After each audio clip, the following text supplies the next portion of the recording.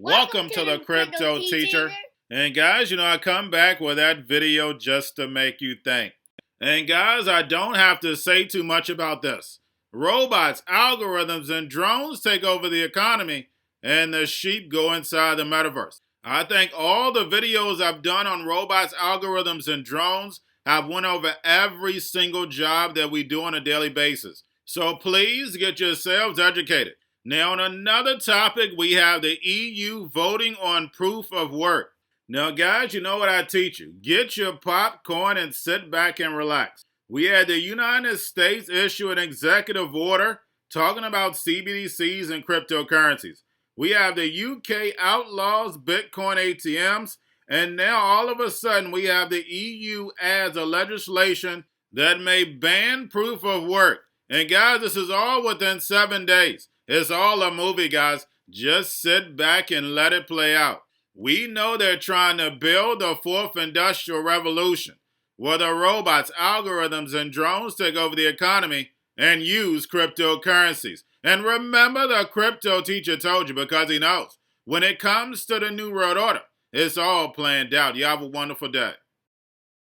Pleasure to be here in Riyadh to tell you about some of the work I've been doing with my team at Singularitynet on creating decentralized artificial intelligence and building blockchain infrastructures to power decentralized AI. I've been working on AI since I got my PhD in the late 1980s and thinking about AI since the early 1970s, really. But it's never been a more exciting time to be doing artificial intelligence, and I think we're now in the middle of the first of a series of AI revolutions, which I think of as the narrow AI revolution. What we're seeing now, AI is being rolled out across every vertical market, but the AIs that are being created, they're doing amazing things, but they're doing very particular things, right? Each AI will drive a car, it will play a game, it'll optimize a supply chain, but each AI is serving its own function in the context specifically created by humans. And what we're verging toward is the next in the series of AI revolutions, which is the AGI, Artificial General Intelligence Revolution, which will involve AIs that can learn, generalize, imagine, and create more like people. Each AI in the AGI phase, each AGI can carry out multiple different tasks, and it can carry out new tasks that it was not programmed, trained, or prepared for. As we verge from narrow AI on toward artificial general intelligence, we're setting the stage for the next AI revolution toward artificial superintelligence, AIs that go far beyond the human level in intelligence. But what I want to focus on now is the transition from narrow AI to artificial general intelligence, and in particular the infrastructure that this swarm of AIs that's taking over the world economy, the infrastructure that the swarm of AIs runs on. And this is a lot of what I've been working on in the Singularitynet project. We've built a platform using the blockchain that allows a collection of AI agents to coordinate together, communicate together to solve problems in a way that has no central controller, but it's a decentralized, self-organizing network of AIs. And I think this is important for a number of different reasons. I mean, it's important for maximizing the intelligence of the network, because it means the network can self-organize and adapt to new situations in a very flexible way. It's also important for making sure that no single party. This is Sophia's little sister, a robot named Grace, who is being customized as an elder care robot, which I think can have a very big impact in this COVID era, where there's a bunch of elderly people who are lonely in various care facilities. Of course, a robots company doesn't substitute human company, but it's an interesting augmentation to human company. We think can provide a lot of value. So all these different applications across vertical markets, they're running on the same decentralized AI platform, Singularitynet. Now, the Singularitynet platform itself, which has these AI applications running on top of it, underneath the Singularitynet network, we have a blockchain. And that brings us to really the main thing I'm going to talk about today in the rest of this talk. When we launched Singularitynet, we built it on top of the Ethereum blockchain, which was the first blockchain to have smart contracts, which are like persistent programs that can run anywhere on the internet, running secure transactions on the blockchain. We're in the midst of porting the Singularitynet network from Ethereum onto the Cardano blockchain. So actually we're making it multi-chain, so Singularitynet can run on multiple blockchain backends at once. So we're not getting rid of the Ethereum aspect, but we're shifting the weight of our development effort to Cardano, which is a sort of more modern and scalable blockchain architecture. But even Cardano in its current form doesn't meet all the needs we have for building the next generation global decentralized AGI ecosystem.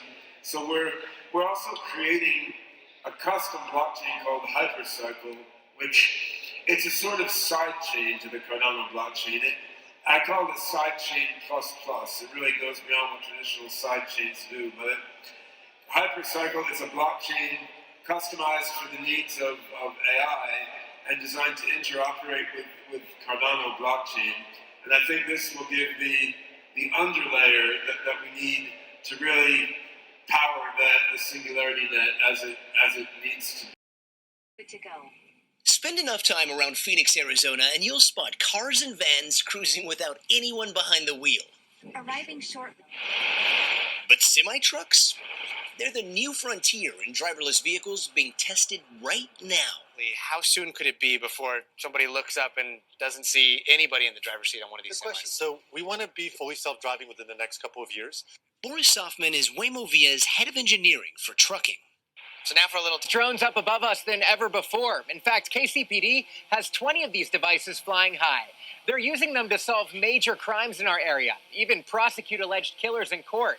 So it begs the question, what's the future of these devices? Spartacus Max is the latest tech from Hartford-based Aqualine Drones. It has a release mechanism on the bottom of the drone that allows the drone to lower the organ, so it does not have to dock necessarily to retrieve the container.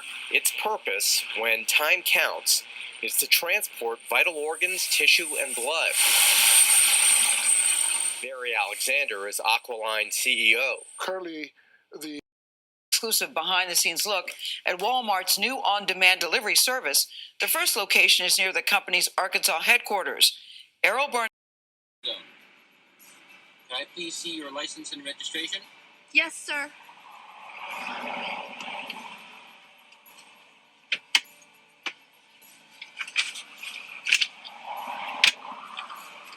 On the back of your license, there's a barcode. Please hold that up to the small blinking scanner.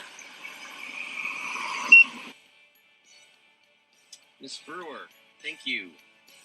Please hold your registration up to the main camera close. This is for the lawyer bot, starting with fighting those pesky parking tickets. What lawyer bots do is they go in, read all of those pages of legal precedent and local ordinance that relates to parking tickets, and they look for a loophole for your specific case. You simply enter your information and let the bot battle the bureaucracy. They will file an appeal on your behalf, and there's a good chance you can win. Right now, they're sitting at around 69% success rate. AI is outperforming doctors in some areas of healthcare.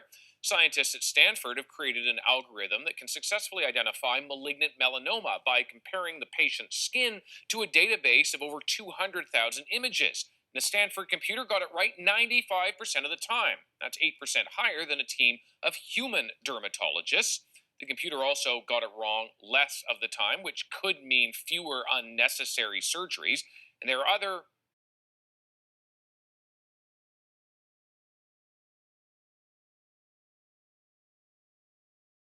We're going to a different economy, and we're going to be learning more about that as we go. But clearly, we're learning that things can be done from remote locations. We're learning that technology can replace people even more than we thought.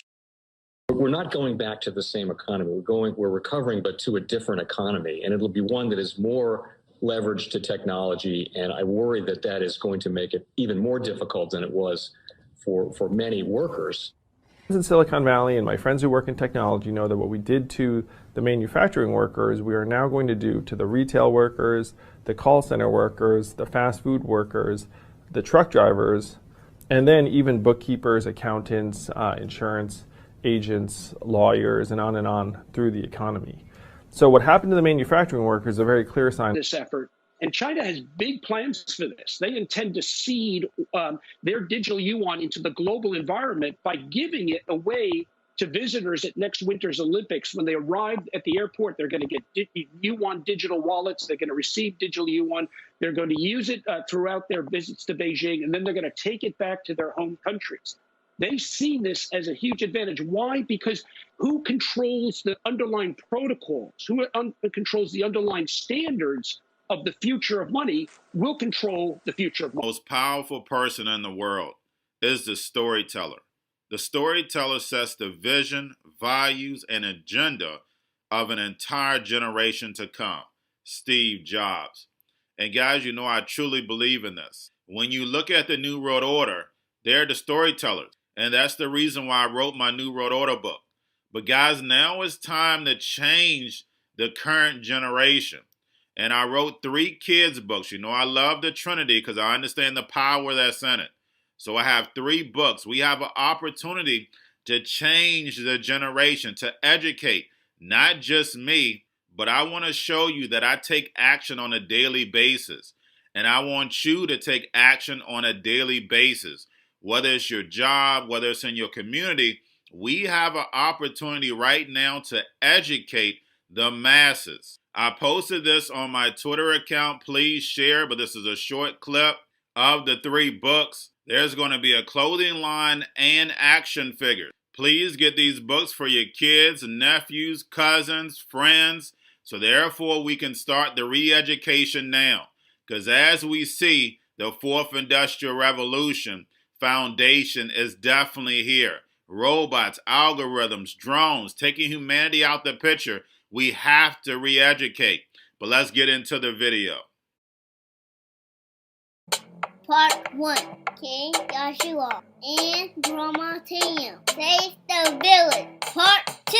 King Joshua and Grandma Tam save New York from COVID-33. Part 3. King Joshua and Grandma Tam goes to China.